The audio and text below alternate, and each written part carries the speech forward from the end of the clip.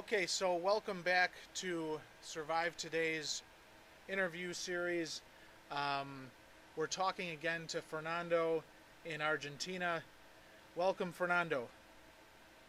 Hi, Ed. How are you doing?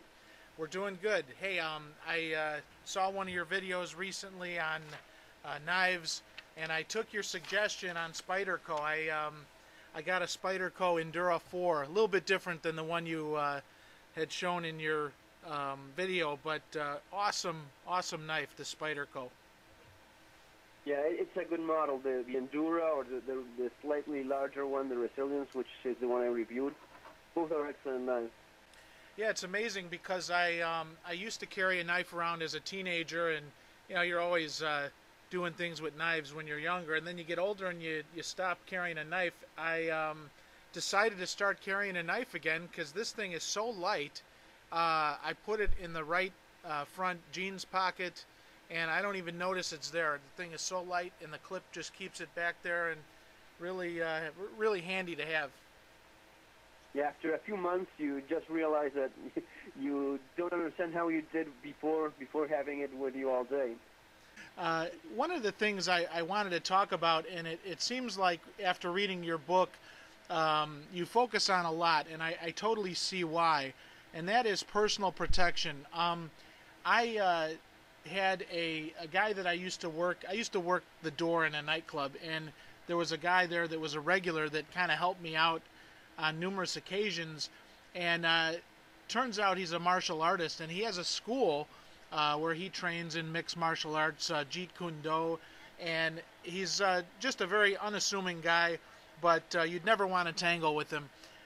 But I had him come out to the house and do some training with myself and my daughter, and the point was she's going to be going off to college here in another couple months, and I just felt, she's a great kid, but, at that age, they don't really have any reference point, and they kind of go through life, they start off in life, and they might not be as aware as they should be. So I just thought it'd be great to have him come out and do some training for the physical defense part, self-defense, but also it was very good because we had a lot of conversations, and he has got a lot of experience in just situational awareness and being aware of your surroundings. So I'm extremely happy that we did that. Neither one of us are going to be black belts, I don't think, but I think that just being exposed to that has been very helpful. Can you talk about some of the situational awareness that you need to be doing, and maybe that your wife, when she goes out, some of the things that you have to be aware of? Yeah, it's basically, there are certain moments of the day when your risk factor is increased. For example, here, because we already are used to living with a relatively high level of crime in general, houses are kind of harder to get into.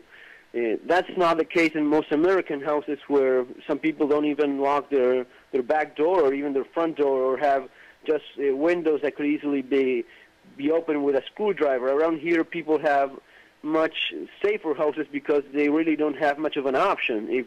If you don't have a house with a minimum amount of security in Argentina, it's not thinkable to do that. You just understand that it's going to be getting broken into rather fast, because since the general level is so good in terms of security, if you drop your own level a bit, criminals will see it and will target it. So in general, houses are relatively safe. So what happens is that the easiest way to get access to a house is when you're going in or out of your home, or when you're going into the garage when you get back from work, or taking the kids to school in the morning. So that particular moment of the day, during the entering and exiting of your house and vehicle, those are usually the highest moments of risk, and when you should be the most aware of.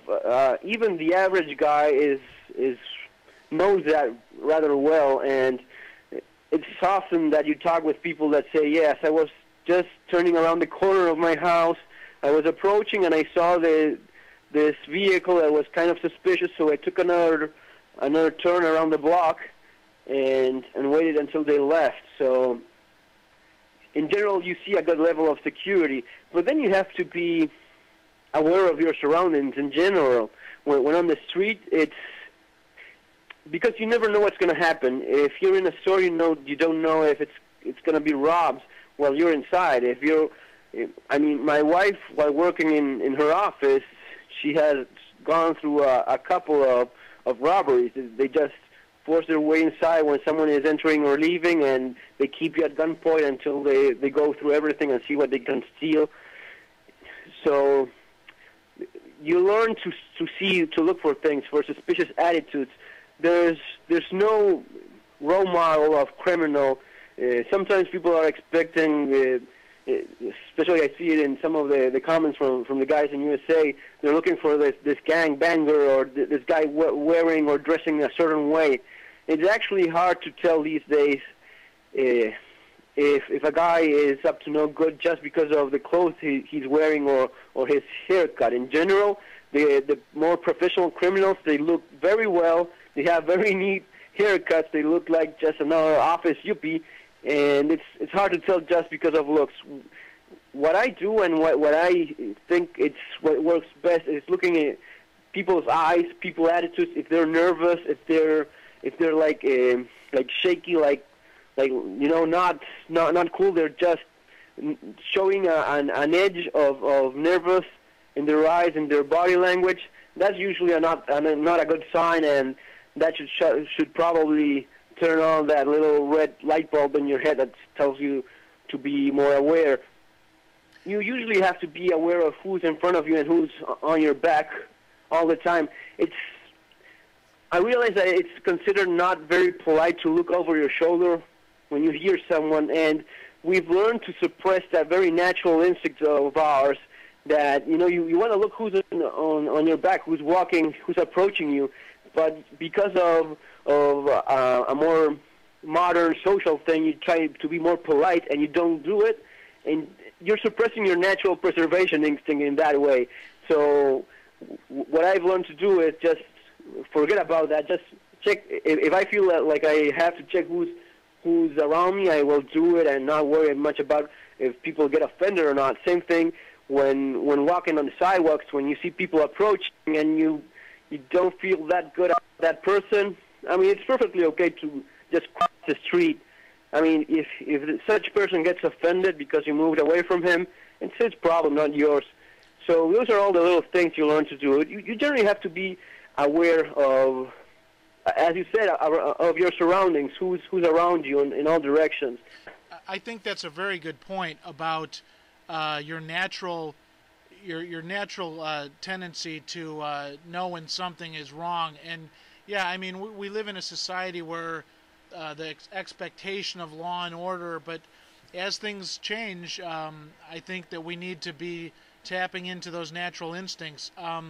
One of the things that the guy told us, when you're walking down the street, if there's a guy standing off to the side, maybe in the shadow, make eye contact, just like you just said. And if you make eye contact, there's a certain element of criminals that won't attack. They are looking for an easy target, and sometimes just by making eye contact, not necessarily threatening eye contact, but just acknowledging that they're there, puts them off guard because they were expecting someone not to look and so forth.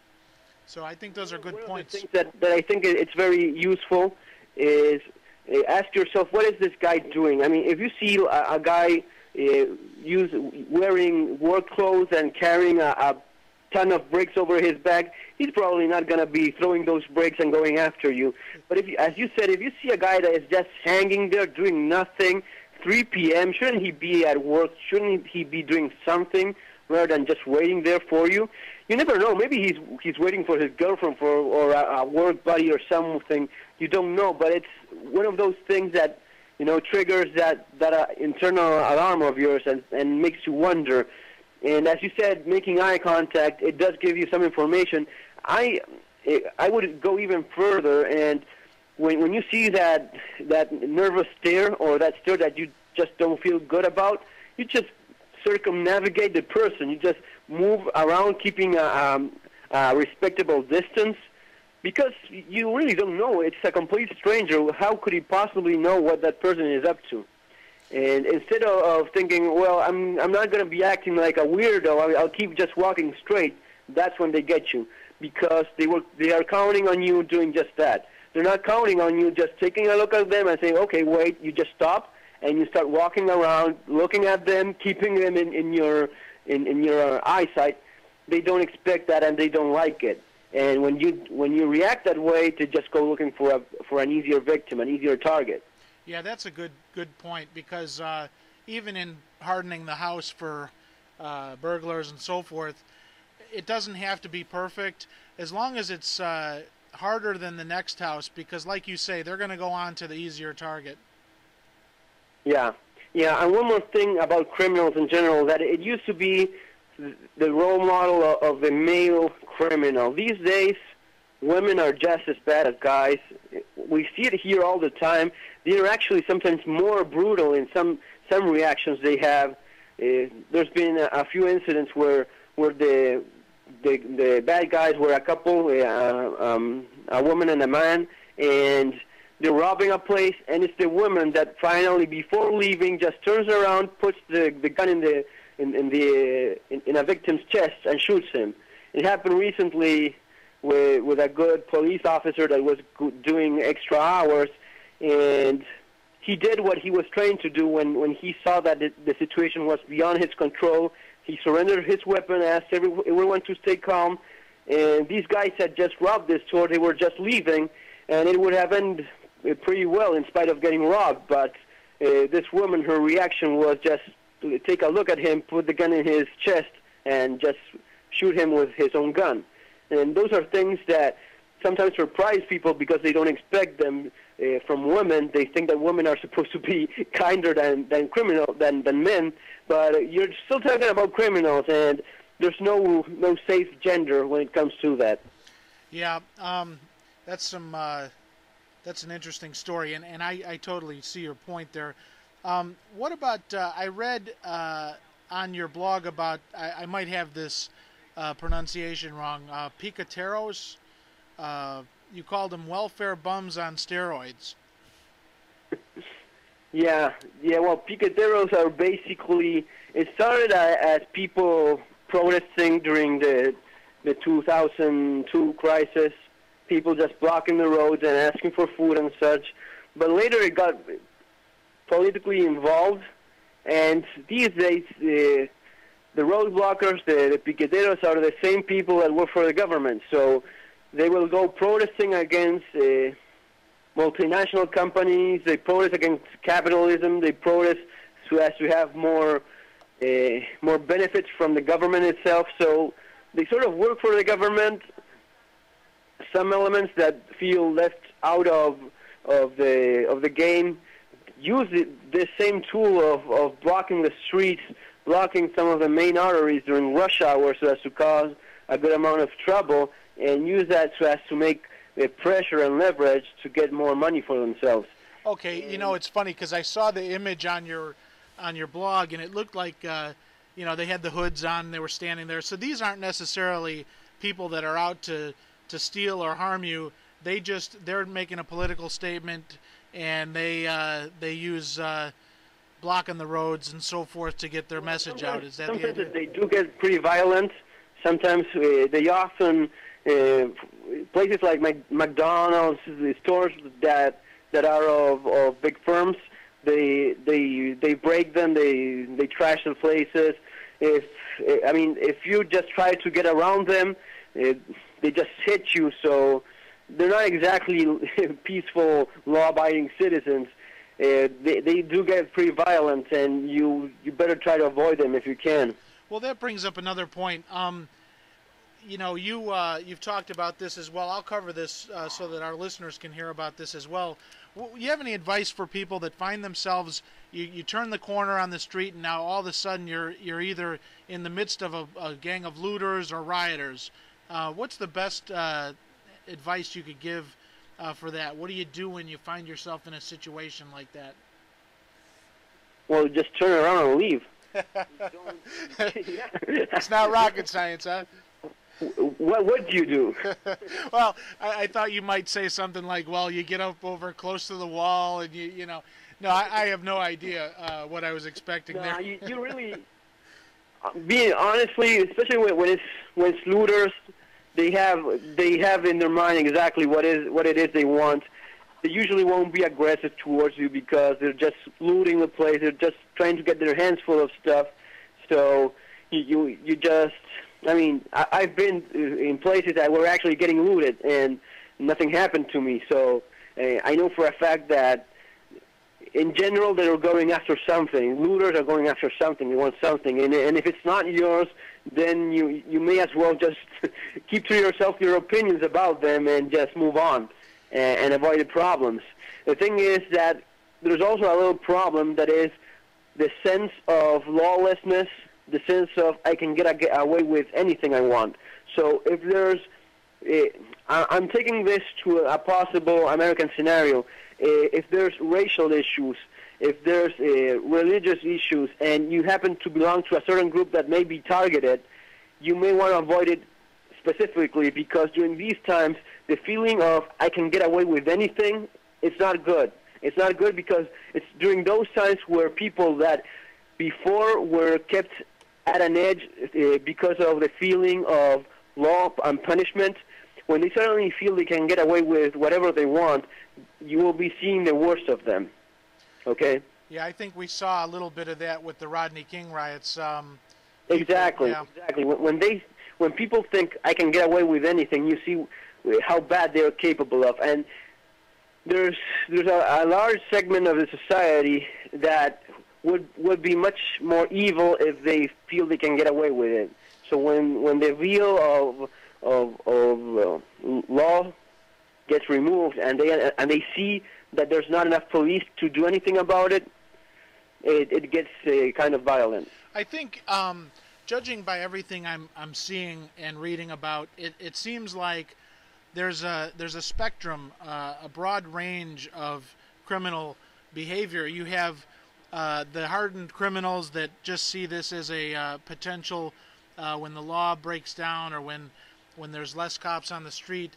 It's more room for them to do what they ordinarily do. And then you have people that previously maybe were not criminals that now they got to feed their family, so they're going to resort to whatever they need to and feel justified because they feel they need to feed their family.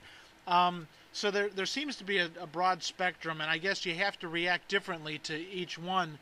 I heard you had a interesting story about some cows being slaughtered. Can you talk about the different types of criminal and maybe some of the stories about looters versus gangs and so forth? It's as you're saying. It's so easy to put everything in the same bucket and say, well, yeah, bad guys are this way, and then there's the good guys. As always, there's this huge grayness of different levels and different stories.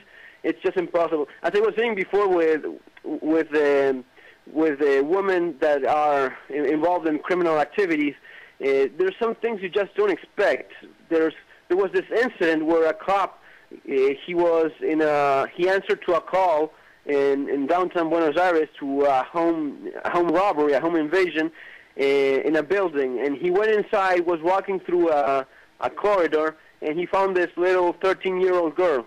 And he approached her so as to help her, and the little girl turned around and stabbed him in the neck. He was wearing a body armor vest, so she stabbed him in the neck several times with a knife. From a small little girl that he couldn't have expect that ever to happen. You know, he saw her as a most likely as a victim, and look what happened to him. And every story is different. Every person has a different story to tell. There's people that are professional criminals that do this as a job. I mean, it's their work. Their work is to gather intelligence, see what is. I mean, for example, just as an example, the road pirates, as we call them, the asphalt pirates, they are called. They just target trucks transporting goods. So they gather information what truck is transporting what's that product's market value and how much money they can make by selling it, and then they go after it. You know, they wait until it leaves town. Once it's in the middle of the road and they're far from possible help, they stop it at gunpoint. They rob it. They have places so as to take the products they have just stolen. They already have in mind who they're going to be selling it. It may be meat, it may be TVs or whatever. So those would be professional criminals. Okay, then you have people that are just very violent and very disrupted. The ones that will most likely react violently during a robbery, that are either drug addicts or very, very violent because of the social difference. They see you as someone that has something he never had, so he will just shoot you just because he hates you. Then you have people that do things that are not exactly legal because they feel there's no other way, as you were saying with this incident with the cows, which is something that we've seen before. We saw it a couple of times, once right after the economic collapse, that during those days it was very surprising to see ordinary people with knives just slaughtering cows in the middle of a road, which you wouldn't have thought of before. It happened again, and just, what was it, a week ago, it happened yet again with a truck that had mechanical problems. It fell on the side of the road. Some of the cows got injured, and the neighbors, they just started killing the cows with whatever it is they had, with hammers, beating them up until they killed them. The owner of these cows showed up, and he made a sort of an agreement with the people of that neighborhood, and he said that they could take a few of the cows, some of the ones that got wounded, and he asked them to please give him back the ones that were still in good shape. So he sort of got into an agreement with these folks that were actually breaking the law because none of that belonged to them. You know, so that's the gray area where you have to understand how things work. You have to be more comprehensive so as to come to a better outcome in general, even if it's not perfect, even if it's not the best one you could think of, but finding the best possible solution to given the means you have and the situation. So opening up with your automatic weapon on the crowd is not necessarily going to be your best option. Yeah, exactly. If you talk about these things with some of the guys from the net, they're going to be saying, well, if some guys start stealing my cows, I'm going to be shooting every one of them. And then you get real and say, well, what do you achieve with that? You kill a bunch of people. You're going to be going to jail, of course, because you weren't defending your life. You were just shooting people in the middle of the road. It makes no sense. And I understand that it may sound all nice and all, but if it's not very real, if it's not realistic, what's the point of, even saying such things? Yeah, I think the best thing is to find and analyze situations that are real and what you would be doing in a real situation, not what you would be doing in a fantasy of yours where you end up shooting lots of people and everything happens to work out for you and you never go to jail for anything you do. And besides, you never get shot back in return as of some magical force that protects you. Yeah, I think that's why we like talking to you, because you have practical experience. And, I can understand people trying to put themselves in a position to understand what life might be like. But, when you have recent experience or recent history that shows what can happen, I think it only makes sense to try and learn from that. And you're right. You're not going to open up on a crowd of people that's just trying to feed themselves, and it may be wrong for them to steal, but like you say, you're not going to get anywhere, and you're going to end up in jail. You end up doing that. You end up shooting these folks that were stealing from you, and you have to spend thousands and thousands of dollars in the best possible scenario, which is the one you don't go to jail, but you end up spending thousands and thousands of dollars so as to get you out of jail on legal fees. What do you do for your situational awareness and just some of the tips? Like I say, we're maybe tips for young women that are going off to college, and what advice do you have for them? Well, you try to avoid all these things that, as we were talking before, your gut instinct is telling you something is wrong. That same gut instinct we've learned all of our lives to not hear, not to listen. Well, you should start paying more attention to it. There was this time my wife, she has been through lots of things that I wouldn't want other people to go through, and because of that, she has learned one thing or two. Especially when, for example, she was in a store, she always makes sure if there's the slightest possibility of being a place that's maybe going to be robbed, it happens a lot here in the small town stores, that a criminal goes in with a gun and takes whatever he can from the cash register. So she usually tries to stay close to the door. And this one time she was buying something, I don't know what it was, and she saw these two guys come in that looked kind of suspicious to her. And as soon as they saw them come in, she, with the door being open, she just left as soon as they went in. This is a very natural, instinctive reaction to something that she felt wasn't safe for her. And, it's those things that spare you from some of the possible incidents you want to avoid. Yeah, I think one of the things we discovered in our training, our self-defense training, was that not only do you have to start to be attuned to what's going on, but you have to be ready to act. So if it's like the case you're describing, you have to be willing to just immediately move from that area. You got to act. You can't be paralyzed. You can't think about it too long. Exactly. It's got to become instinct. Yeah. My wife, she has no martial arts training or of any sort. She has no firearms training of any sort, but she has good natural instincts based on several of these crimes she went through. And that same moment, you just freeze and you just stay there stunned, looking at these two guys that just walked in. There's a huge difference between staying in there and actually taking a few steps at the exact moment when it's needed and exiting you from the play. Yeah, that's some good advice. I think I read on your blog where there was a home invasion. I thought it was your nephew. I just read the title. They broke in while they were sleeping, and they stole a bunch of stuff from their house. They took a few items. I think they took their wallets or cell phones. They were sleeping on the first floor, and they broke into and went to the lower level, the ground floor level, and they took a few things with them while they were sleeping. And you know what is? They had their house. They have no burglar bars, but every other house in the block has them. So they became the weaker, easy target. Exactly. They became the weakest, easiest target in the block. So, I mean, after that, you just... I told her, you should really put burglar bars because all your neighbors have them.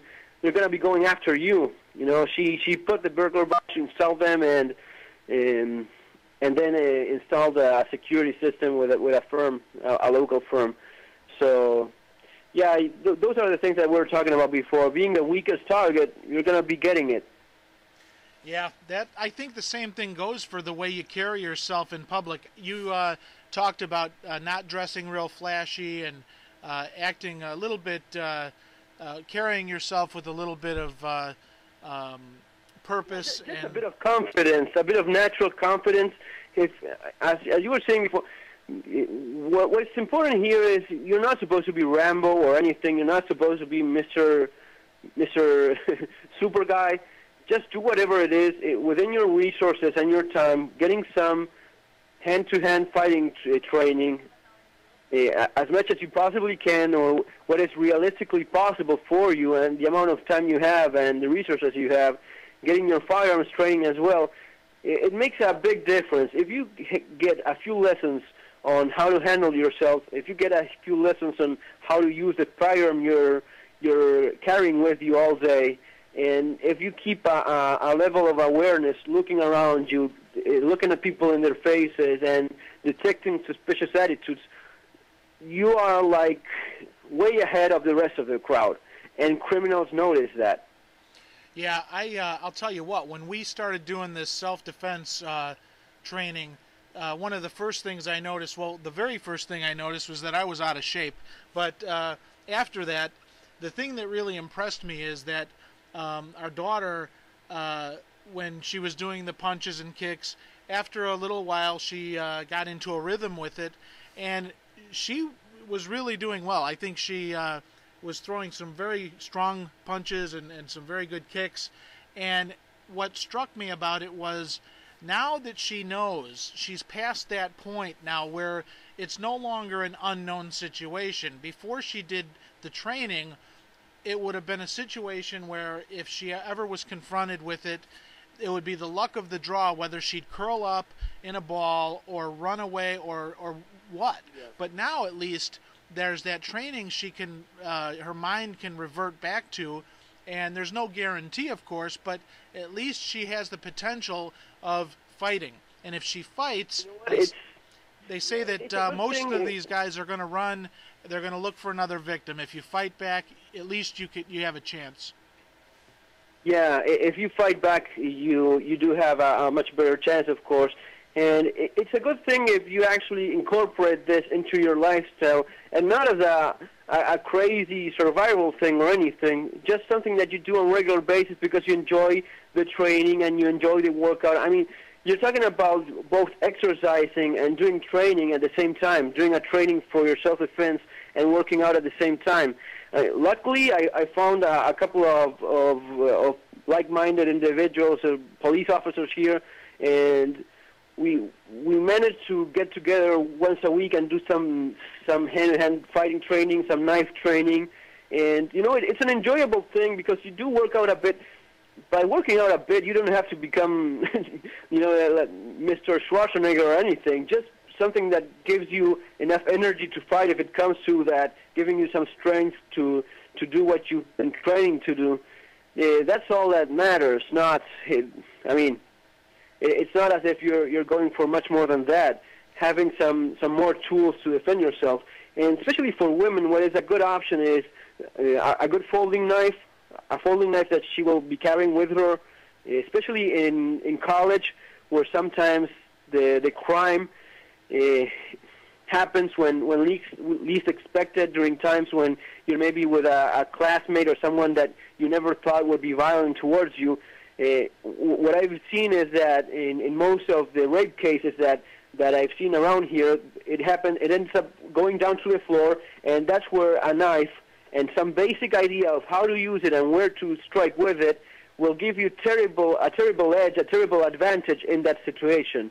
And whenever there's serial rapists around here, that they rarely ever get caught because the police is rather not very good at it.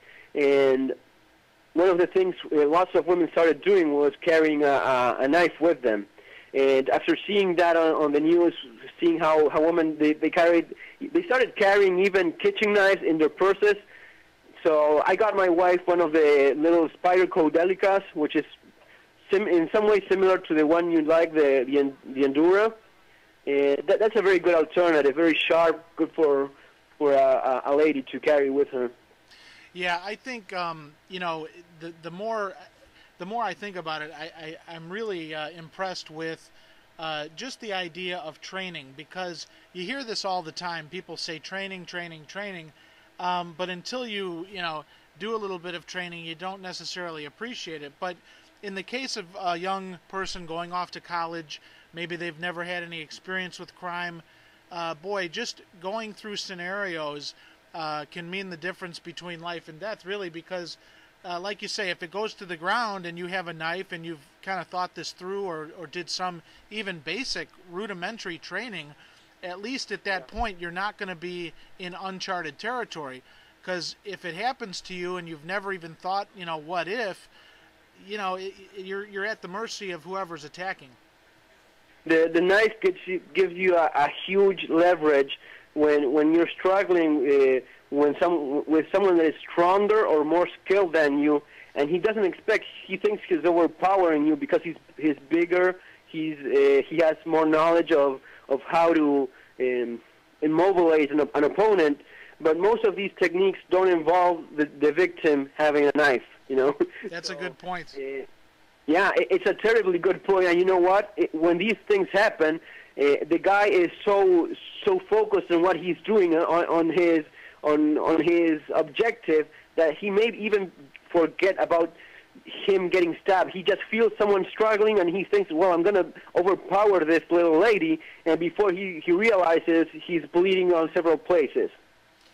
Yeah, not a pleasant thought, but it's better than, I think that's the problem too. A lot of, maybe especially women, not to stereotype, but it's not a very pleasant prospect, you know, of stabbing somebody. And yeah. I got to admit. But the alternative is worse. So. Yes, right. Absolutely.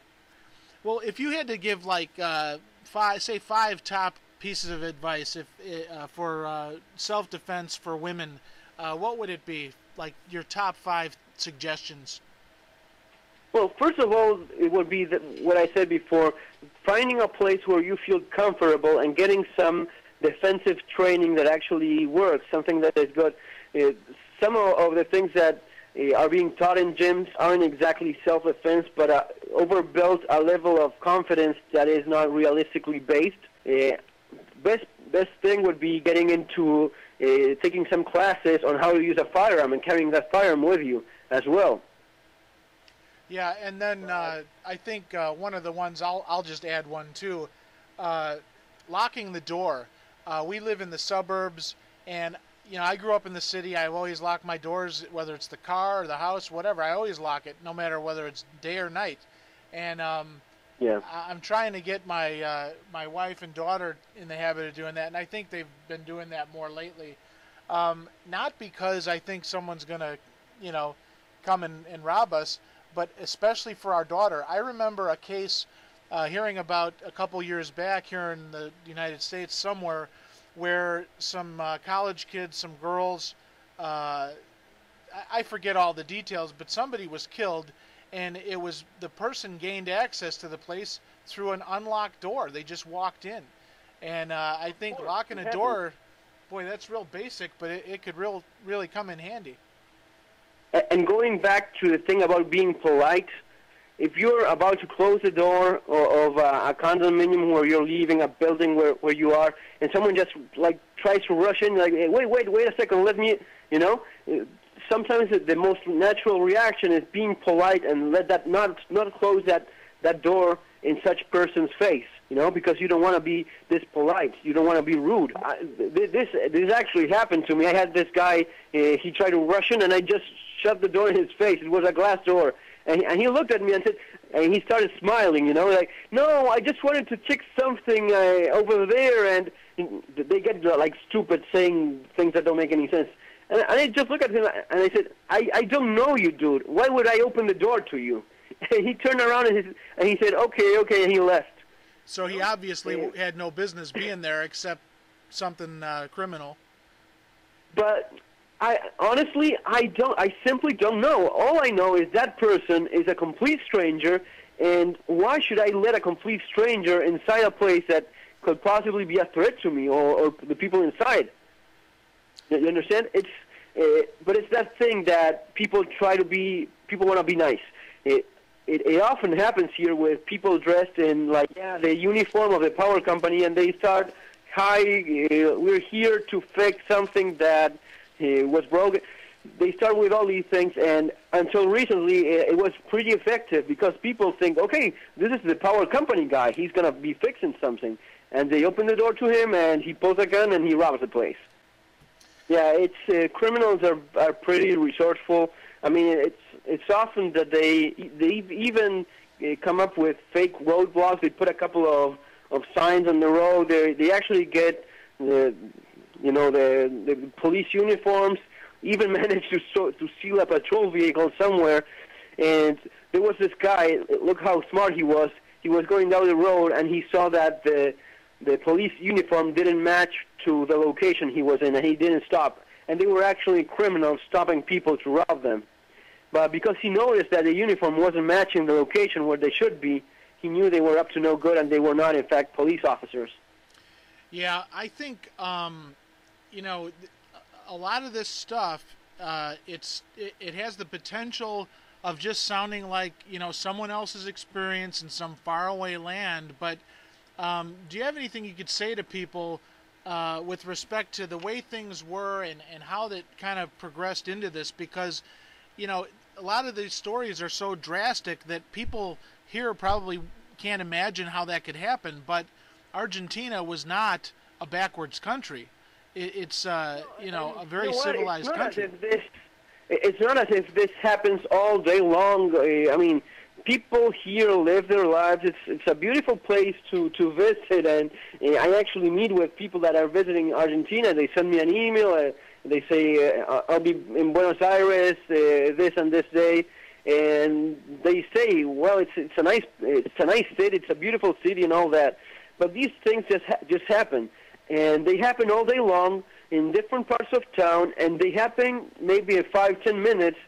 Then it's over, and people go on with their lives as well in that exact same spot where someone was robbed.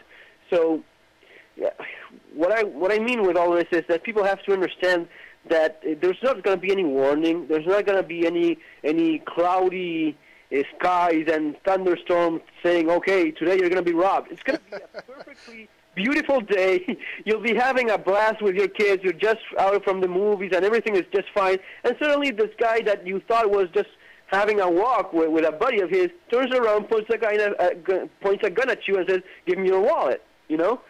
Yeah, absolutely. It's that way. It's that way how it happens.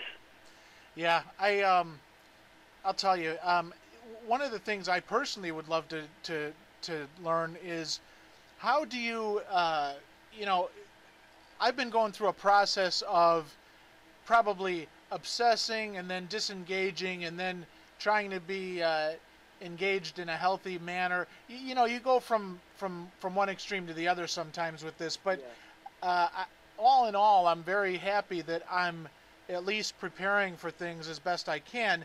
If nothing happens, great, but I think it's pretty much assured that things are going to get worse here, at least with the crime and everything else. But what do you do, if anything, to keep your sanity, you know, to keep a sense of normality with your life? Yes, I completely understand what you mean, because talking about all this, you say, well, it's impossible not to go nuts within a couple of weeks if you think this way all day long, right? And what I do is I try to enjoy everything. I mean, I'm healthy. I have a beautiful family. I enjoy.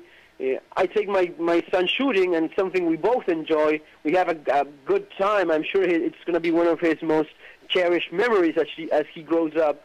And still, he's learning a bit of firearms training at age 8, right? He's taking his first shots with a .22 pistol at age 8, and that's going to be good for him in the future. And it's not going to be a bad thing. It's going to be a good memory. At the same time, it's something that's very useful for a very unpleasant possible situation. Same thing when you do the hand-to-hand fighting training. If it's something working out, whatever sort of working out, as you probably know, it's always good. It's always good because it releases endorphins in your body, and you feel well because of exercising. So if you take it as part of your exercising training, as part of your workout as well, it's still a good positive thing in your life, and it's still something that you're doing for a very nasty situation. You're preparing for it, but you're having a good time while doing so. I like going shooting as well. I go on Fridays night.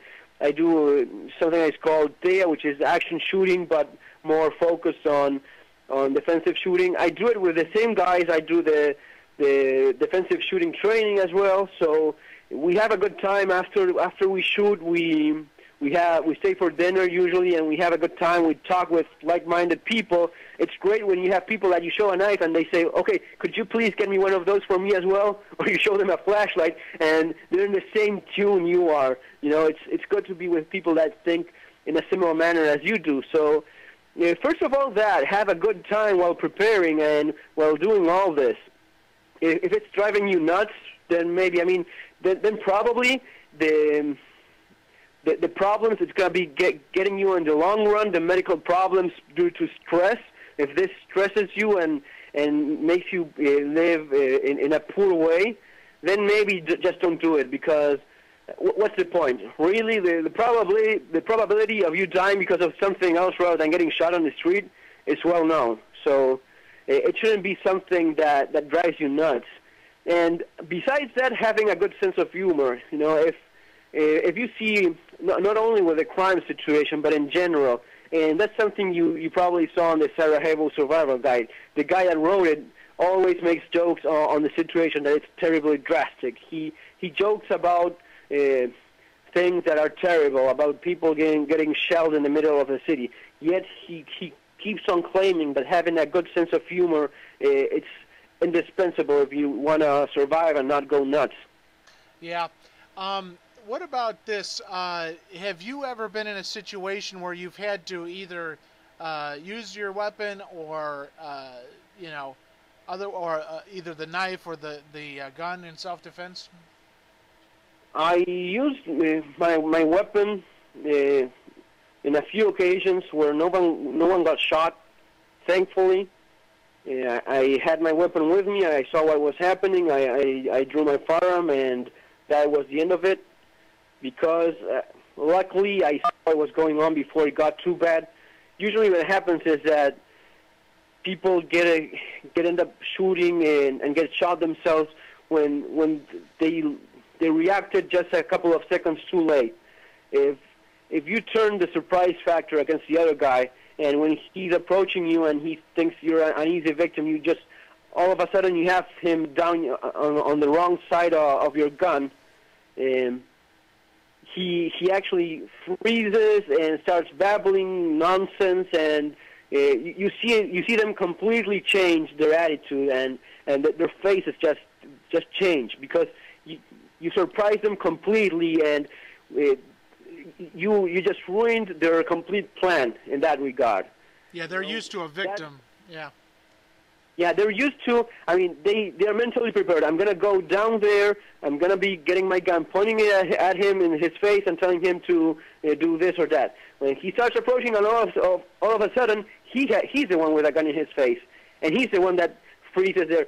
I mean, it rarely will ever happen that if you manage to control the situation before it gets worse, if you have a gun on him, it rarely will happen that he'll start drawing and shooting and all that. It could happen. I mean, it's entirely possible. But I'd say that 9 times out of 10, they will just turn around and say, "Well, what are you doing?" and leave. You know, not go for that. I guess that's where the professional. I posted. I'm sorry. I guess that's where the professional criminal is probably a little bit more predictable than the psychopath, because the psychopath, you never know what they're going to do, but the professional criminal, as soon as they see that, they realize, okay, well, the guy's only protecting himself. I'll just walk the other way now because I'm obviously not going to. Put yourself in his shoes. You're a criminal. You're looking for someone to rob. He suddenly puts a gun to you. What would you do? If you're a criminal, what would you do? I would just pretend that, what are you doing? And you start leaving, and that's it. Okay, just hope you don't get shot as you leave.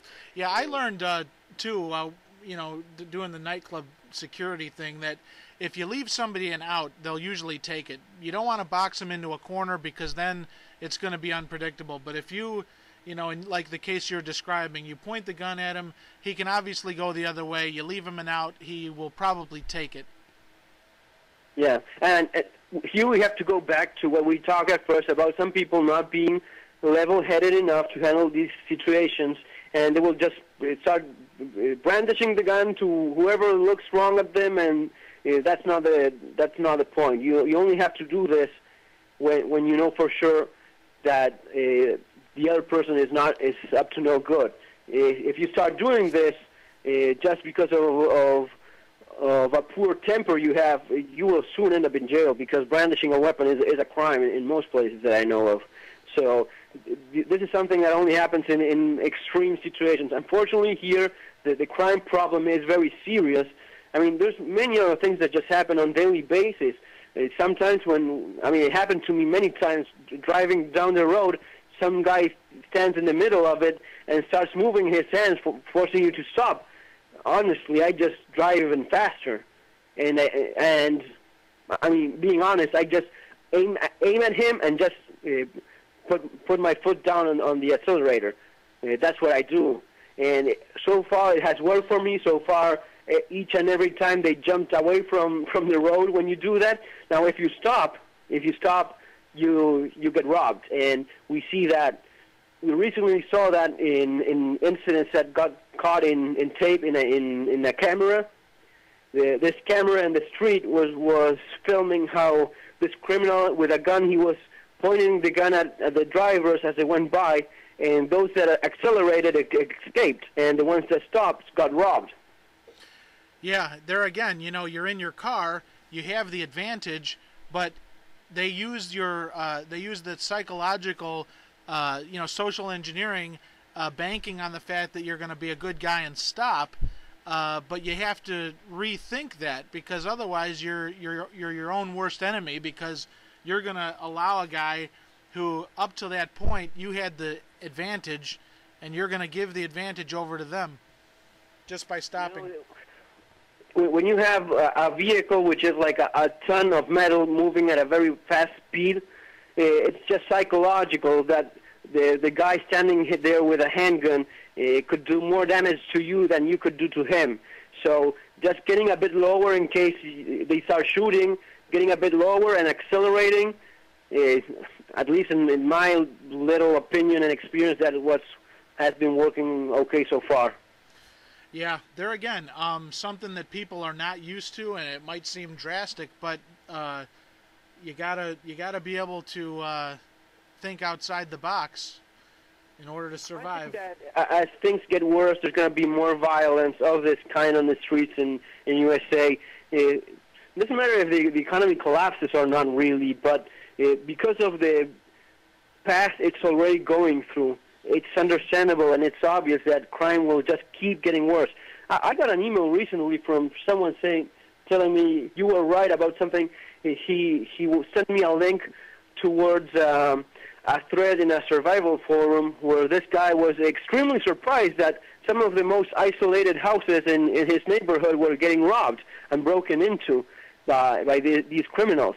And one of the guys said, "But that's not in an urban area." And, you know, you were like, didn't you possibly envision the possibility of this happening? You're in an isolated area, the crime is getting worse, you're a much easier victim, and there's no one to even see the crime going on. Why wouldn't it happen? Yeah, I think a lot of times, I don't know what you probably got more experience with this than I do, because I've only been on YouTube for about a year, but you've had your blog for a long time. I've recently discovered trolls, you know, people that will post comments, or they don't have any videos of their own, and they're not contributing anything to the conversation, but they'll go along and they'll post idiotic comments on other people's blogs and YouTube, and some of it's just out of left field. Like, maybe that's not the case with this person you're describing, but the idea that crime only happens in an urban area is... This was an honest person that was actually surprised that this was happening. But yeah, you're right about trolls and all that stuff. Yeah, that's kind of funny. I mean, I guess I just assume that people understand. I lived in a city, and I know people that live in the country, but I don't think you need to live in a city to understand that crime can happen anywhere. And I think your explanation was pretty good, that out in those rural areas, they're almost easy pickings for the criminals, because there's going to be lower or slower response time for the police, and less neighbors to see something happen, and you could go in and control a situation if you're a criminal pretty easy. Yes, and mostly because there's not that criminals, when they start doing their thing, they start, as soon as they start their action, as soon as they show their intent, they start worrying about someone actually seeing them doing that, and they start hurrying up so as to get over it as fast as possible, you know? Because in their minds, there's always the possibility of someone having seen what they were up to and reporting that to the police. So usually they try to hurry up a bit and do it as fast as possible. That's not the case when they hit these isolated places where that's not a concern for them. Usually they feel more powerful and more invulnerable in some way, and you sometimes see the worst of them because they feel they have all the time in the world to do whatever it is they want, and no one's going to be showing up to help you. So, yeah, you know, you mentioned this earlier, the different socioeconomic groups.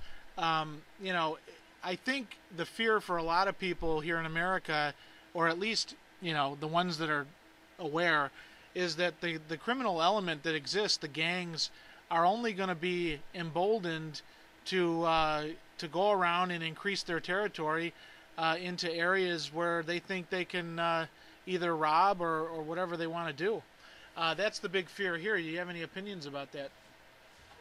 yeah, I think it's understandable that with the current gangs and such, you see that as the next possible step.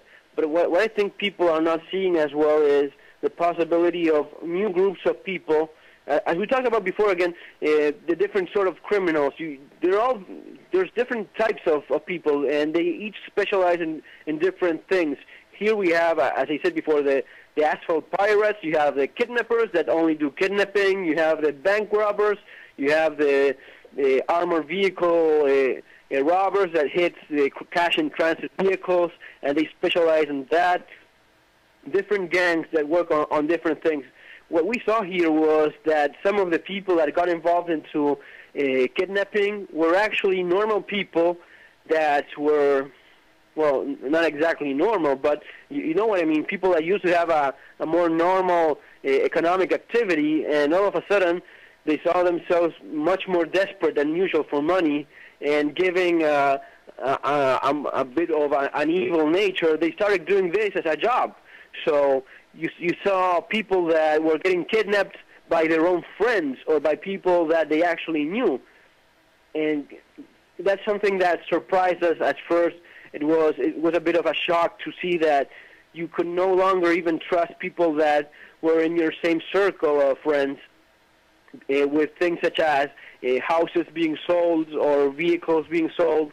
That little bit of information may have fallen into the wrong ear, and you may have never thought of that before, but someone that maybe was your own neighbor ended up planning a kidnap against you. So the criminal activity only happening in gang territory, it's really not going to be that way much longer.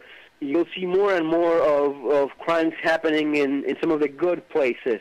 What used to be the good, safe places, many of my American friends, they tell me, yeah, well, that happens only in ghettos and in the poor part of town and this bad area of the city, right?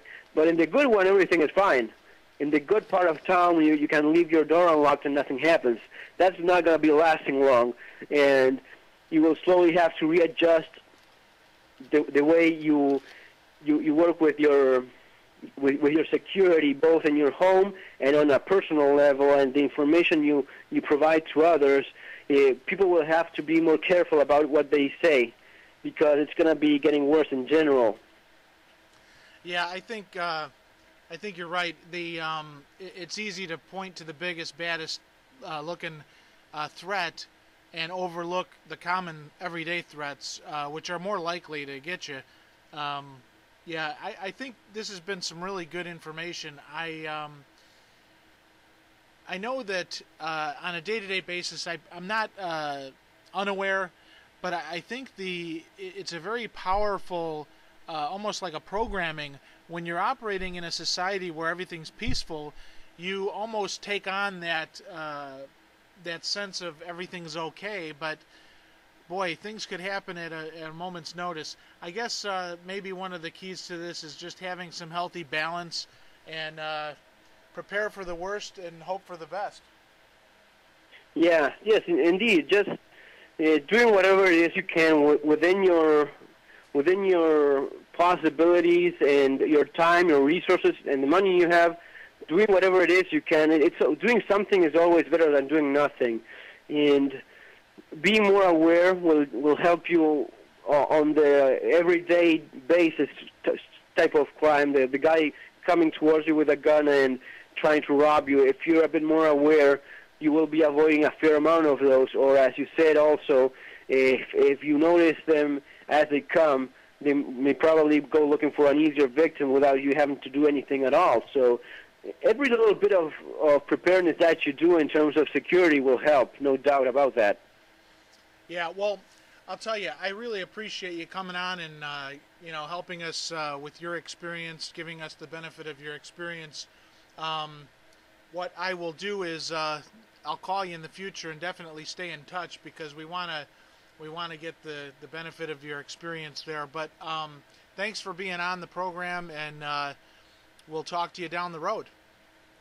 Oh, thank you for calling, and it's just great to talk with you. As I said, a like-minded individual that you can exchange ideas and experiences. So whenever you want, just give me a call, and we'll talk again.